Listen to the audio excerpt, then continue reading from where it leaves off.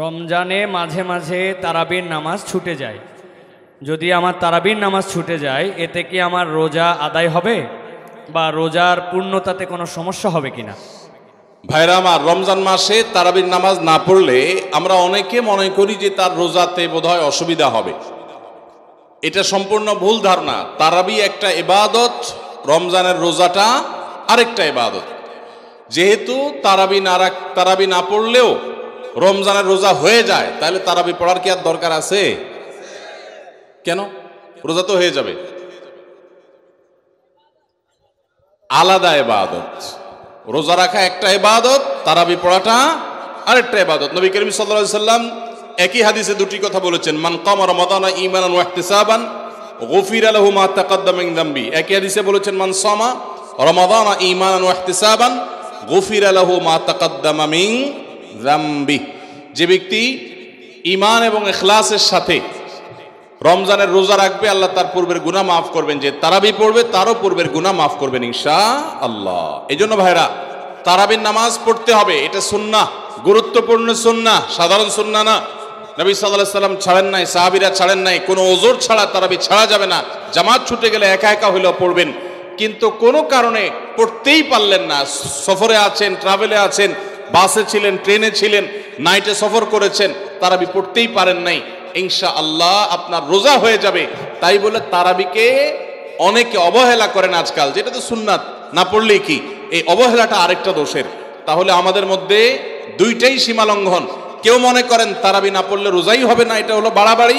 আবার অনেকে মনে করে তারাবি না পড়লেই বা কি, এটা হলো ছাড়াছাড়ি। এই বাড়াবাড়ি এবং ছাড়াছাড়ির মধ্যে আমাদের থাকতে হবে। আল্লাহ আমাদের তৌফিক দান করুন। হুজুর, রমজান মাসে কন্যার বাড়ি থেকে ছেলের বাড়িতে ইফতার না পাঠালে শ্বশুর শাশুড়ি গালমন্দ করে, এমন অবস্থায় কি করা উচিত? কন্যার বাড়িতে কি ইফতার পাঠানো উচিত? আপনার কাছে জানতে চাই। ভাইরা আমার, আমাদের সমাজে বহুল প্রচলিত, বহুল প্রতিষ্ঠিত কুসংস্কারগুলোর মধ্যে থেকে একটি হলো এটি যে মেয়ের বাবার বাড়ি থেকে রমজান আসলে ইফতারের বিভিন্ন আইটেমের জন্য ছেলে, ছেলের মা, ছেলের বাবা, ছেলের গোষ্ঠী, ছেলের বিভিন্ন মহিলারা, ওই ফ্যামিলির তারা অপেক্ষায় থাকে। আল্লাহর জমিনে যদি 10টা নিকৃষ্টতম ছোট লোকই থাকে, তার একটা হলো এইটা। যুবক ভাইরা, কোন যুবক হাত তুলে বলতে পারবেন যে আমার শ্বশুরবাড়ি থেকে রমজান উপলক্ষে এরকম কোন ভিক্ষাবৃত্তি আমরা করতে দেই নাই? বলতে পারবেন কেউ? দেখি কার কার বুকে পাটা বল আছে, হাত তোলেন। হয় নাই যাদের। বাবাজি, আপনি হাত তুলছেন, আপনাদের আমল তো এগুলো ছিলই না। আপনি হুদাই ক্রেডিট নিচ্ছেন কেন? এগুলো তো নতুন, আমাদের দেশে নতুন ফিতনা শুরু হয়েছে। এই দাঁড়িয়ালা ভাই, আপনি হাত তুলছেন কি বুঝা? বলেন বলেন, কি বুঝে হাত তুললেন? আপনার শ্বশুরবাড়ি থেকে ইফতার আসে নাই? হ্যাঁ, আসে নাই? বিয়ে করছেন? হ্যাঁ, বিয়ে করছেন, শ্বশুরবাড়ি থেকে ইফতার আসে নাই? গরিব তারা, মানে কারণ কি?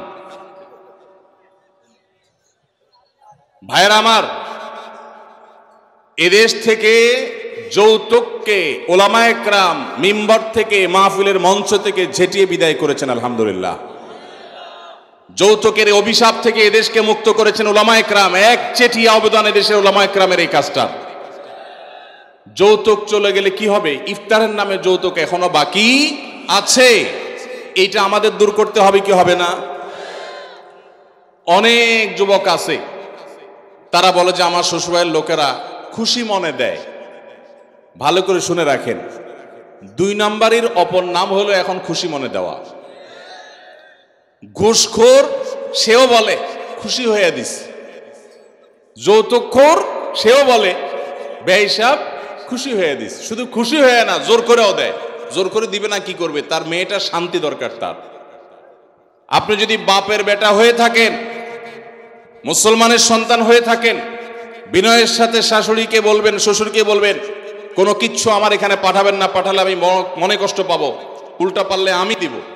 একটা কথা আমি সবসময় বলি ভাই, একটা মেয়েকে কষ্ট করে গর্ভধারণ করা, জন্মের পর থেকে নিয়ে তাদেরকে পড়ালেখা ভরণ পোষণ দিয়ে বড় করে যখন সে সার্বিকভাবে একজন পূর্ণাঙ্গ মানুষে পরিণত হয়েছে, সুশিক্ষিত হয়েছে, সুস্থ সবল হয়েছে, সুঠামদেহী হয়েছে, তখন তাকে ছেলে পক্ষের হাতে তুলে দেয়।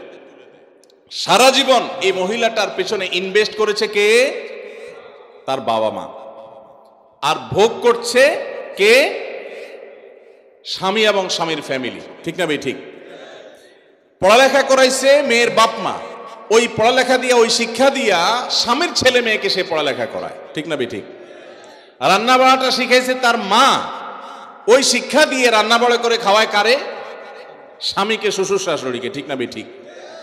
তাহলে উচিত হলো ছেলে পক্ষের মেয়ে পক্ষকে এটা বলা, বেহিসাবকে বলবে, ছেলের বাবা মেয়ের বাবাকে বলবে, বাবাজি বা ভাই, আপনার মেয়ে তাকে মানুষ করতে যত টাকা পয়সা লাগছে তার সব কিছু আমি দিতে চাই। এরপরও তো কোনো মানুষ কেনা যায় না, এটা কেনার জন্য দেওয়া না, অন্তত কৃতজ্ঞতা আদায়ের জন্য দেওয়া, এটা বলা দরকার ছিল। সেটা না করে উল্টা আস্ত একটা মেয়ে দিয়ে দিল, তার সাথে আবার আপনি যৌতুক আশা করছেন। আপনার চাইতে বড় ছোট লোক আল্লাহর জমিনে আর হতে।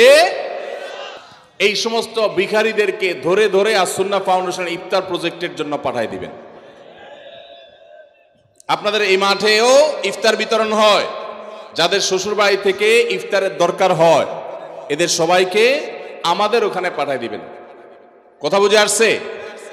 এখন এরপর থেকে হুদাই যায় আমাদের ওখানে সিরিয়াল ধরবে। সিরিয়াল ধরলে সবাই ইফতার পাবে। শর্ত হলো সে প্রকাশ্যে ঘোষণা দিবে, আমি শ্বশুর বাড়ি থেকে ইফতার প্রত্যাশী ছিলাম, কিন্তু সেখান থেকে ইফতার পাওয়ার কোনো ক্ষীণতম সম্ভাবনা না থাকায় আমি নিরুপায় হয়ে এখন আস-সুন্নাহ ফাউন্ডেশনের দ্বারস্থ হয়েছি। এইটা যদি আপনি ঘোষণা দিতে পারেন আমাদের দিতে কোনো অসুবিধা নেই ইনশাআল্লাহ। ভাইরা আমার, এই কুসংস্কার আমরা দূর করবো তো ইনশাআল্লাহ। খুশি মনে বলতে কোনো কিচ্ছু নাই। খবরদার, মেয়ে পক্ষ যদি ইফতার পাঠায় ছেলে পক্ষ পাঠায় না কেন? মেয়ে পক্ষ যদি 2 আনা পাঠায় ছেলে পক্ষ 4 আনা পাঠানো উচিত। অনেক মহিলারা আছে ফ্যামিলির, তারা খোঁচাখুচি করে বৌমাকে। আল্লাহ আমাদের এই কুসংস্কার থেকে মুক্ত থাকার তৌফিক দান করুন। এই সমস্ত ভিখারিদেরকে ধরে ধরে আস-সুন্নাহ ফাউন্ডেশন ইফতার প্রজেক্টের জন্য পাঠায় দিবেন। আপনাদের এই মাঠেও ইফতার বিতরণ হয়, যাদের শ্বশুর বাড়ি থেকে ইফতারের দরকার হয় এদের সবাইকে আমাদের ওখানে পাঠায় দিবেন। কথা বুঝে আসছে? এখন এরপর থেকে হুদাই যায় আমাদের ওখানে সিরিয়াল ধরবে। সিরিয়াল ধরলে সবাই ইফতার পাবে।